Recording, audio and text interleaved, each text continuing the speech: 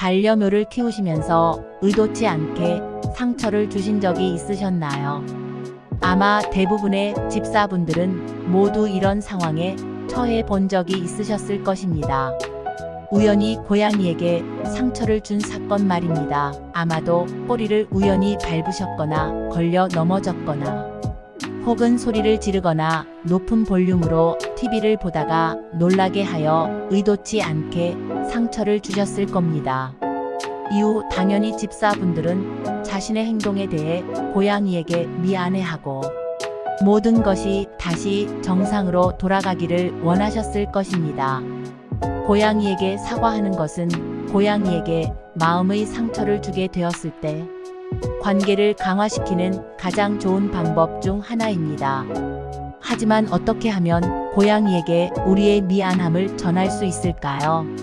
어떻게 미안함을 전해야 하는지 몰라 반려묘와의 관계가 회복되지 않아 공경에 처한 집사분들을 심심치 않게 만나볼 수 있습니다.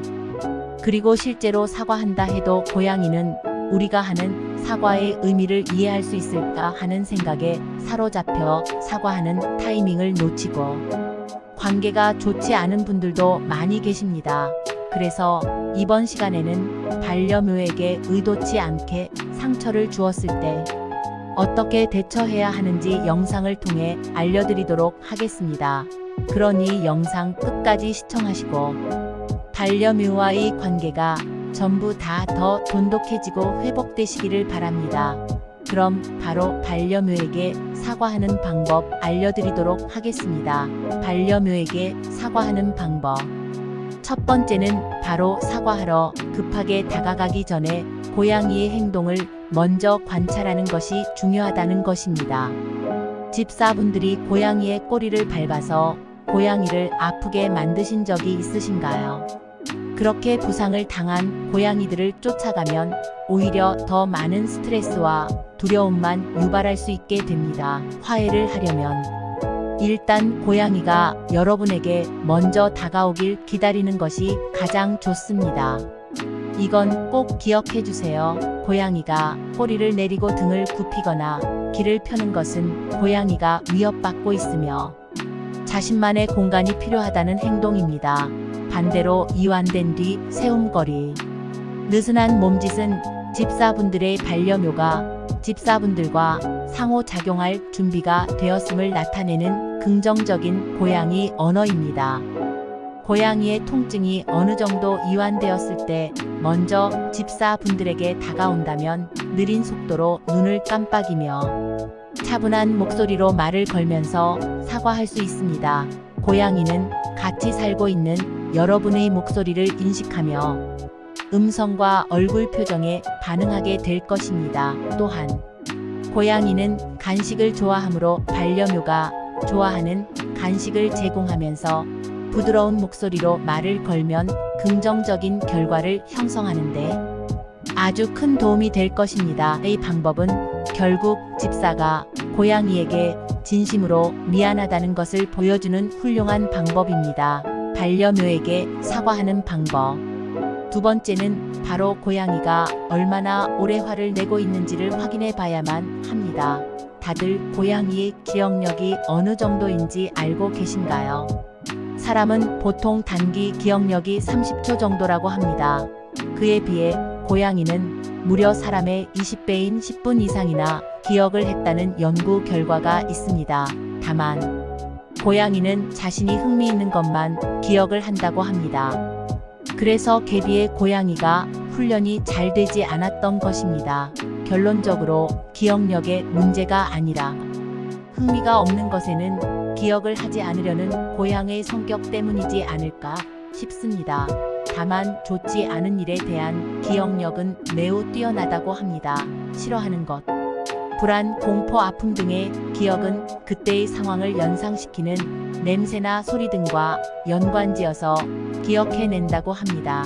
이런 기억력으로 인해서 고양이는 일회성의 나쁜 사건을 일반적으로 기억하고 있다가 16시간 이내에 잊어버린다고 합니다. 따라서 고양이의 꼬리를 우연히 밟고 사과한다 해도 고양이는 여러분을 계속해서 원망하지는 않을 것입니다. 하지만 고양이는 평생 동안 지속되는 학대는 기억을 할 테니 무슨 일이 있어도 학대는 생각하지도 마시기를 바랍니다.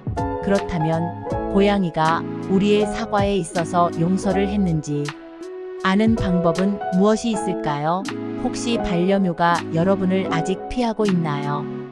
아니면 관계가 회복이 됐는지 잘 모르시겠나요? 고양이가 무엇 때문에 여러분을 피하는 건지 걱정된다면 반려묘의 행동을 평소에 유심히 관찰하는 것이 중요합니다. 고양이가 부정적인 경험 후에도 계속해서 숨어 있거나 피하려고 한다면 아직 벌어졌던 일에 있어서 처리하는 중일 가능성이 매우 큽니다. 그러므로 여러분의 주변으로 가는 것이 고양이에게 있어서 안전하지 않다는 표시일 수가 있습니다. 마찬가지로 고양이 근처에 계실 때 고양이가 꼬리를 넣거나 내려놓거나 귀를 펴는 것은 아직 여러분에 대한 신뢰가 없다는 신호일 수 있습니다. 반대로 고양이가 이완된 신체 언어를 보이게 된다면 여러분 주변에 있어도 고양이가 힘적으로 두려움이나 불안의 징후가 없다는 것으로 보시면 됩니다. 또한 반려묘가 여러분을 용서했다는 것을 나타내는 아주 좋은 신호라고 볼 수 있겠습니다.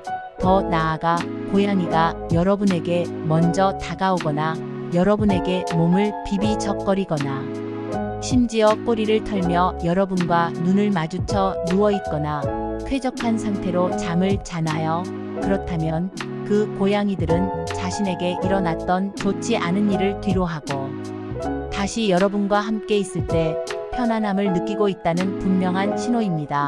그러니 평소 고양이가 어떤 태도를 취하는지 유심히 봐야만 하겠죠. 그리고 사과를 하실 때 고양이에게 사과한다는 의미로 뽀뽀를 하거나 안아주는 것을 지양해 주시기를 바랍니다. 고양이에게 상처를 주었고 그들의 신뢰를 회복하려면 바로 뽀뽀를 하거나 안 시도해서는 안 됩니다. 고양이의 관점에서 보면 사람이 하는 큰 어그나 얼굴을 가까이 대는 것은 진정성 있는 행동보다는 위협으로 받아들여질 수 있을 가능성이 아주 크기 때문입니다. 야생에서 살아온 고양이는 포옹, 고단 소리, 냄새, 페로몬 등 신체 언어를 통해서 의사소통을 주로 합니다. 그렇게 포옹을 하려는 등 누군가에 의해 들어 올려지는 경우가 극히 드물기 때문에 포옹을 거부하는 것입니다. 사람끼리 데이트를 할 때에도 상대방의 동의 하얀 스킨십이 이루어지듯이 반려동물과의 스킨십도 마찬가지입니다. 특히나 고양이는 다른 동물들보다 예민한 경우가 많으니 반려동물이 허락하는 선에 있는 스킨십만 해주시기를 바랍니다. 고양이와 신뢰를 손상시킬 수 있어 평소에 주의해야 하는 행동은 그럼 어떤 것이 있을까요? 스스로 평소에 반려묘에게 있어서 어떤 집사인지 한번 주의 깊게 들어보시고 측정해 보시기를 바랍니다. 집사와 고양이 사이에 신뢰를 손상시킬 수 있는 몇 가지 행동들이 있습니다. 먼저 첫 번째로 고양이에게 원하지 않는 일을 꾸준히 강요하는 것은 집사와 반려묘 사이에 불편한 거리를 만들 수 있습니다. 예로는 스트레스를 유발하는 발톱 다듬기 경험이나 원하지 않은 손님, 주변에 고양이를 강제로 두는 것이 있습니다. 또한 갑작스러운 큰 소음이나 낯선 물체로 인해 고양이를 놀라게 하는 것은 해당 고양이들이 여러분의 존재를 두려움과 불안의 대상으로 연상하게 알 수 있습니다. 많은 고양이들은 보통 들어올려지는 것을 싫어합니다. 그들이 원치 않을 때 계속해서 들어올리고 아기처럼 안아주는 것은 고양이로 하여금 부정적인 것을 만들 수 있으며 심하면 관계적인 신뢰를 상실하게도 만들 수 있습니다. 계속해서 고양이에게 소리 지르거나 때리는 행위는 당연히 고양이들의 신뢰를 손상시킬 수 있습니다. 기억하세요. 분노는 고양이에게 잘 행동해라를 가르치는 것이 아니라 고양이들이 보았을 때 여러분은 그저 두려움의 존재로만 바라보게 되는 대상으로 만드는 것 뿐입니다. 동물병원과 같이 고양이들이 스트레스를 받을 만한 장소를 방문, 후에 고양이에게 사과하는 방법은 무엇이 있을까요?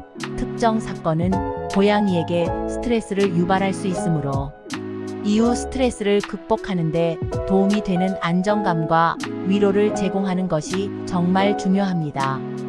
고양이 보통 일상적인 생활에서 갑작스럽게 변화가 일어나게 된다면 괴로워하는 것을 많이들 알고 계실 겁니다. 휴일 같은 날에 손님을 모셔오거나 리모델링을 하게 되는 경우와 같은 날이 어쩔 수 없이 발생하게 된다면 고양이 스트레스 페로몬 스프레이와 같은 진정제를 사용해 보시는 것을 고려해 보시기를 바랍니다. 고양이 페로몬은 고양이가 자연스럽게 생산하는 향신료로서 의사소통하고 영역을 표시하는 데 사용됩니다.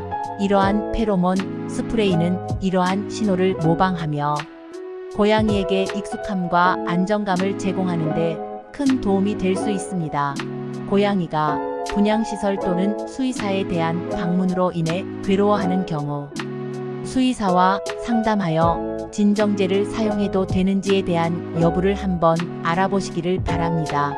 수의사분들이 정확한 진단을 내리고 수의사가 지정한 처방약을 권장할 수 있습니다.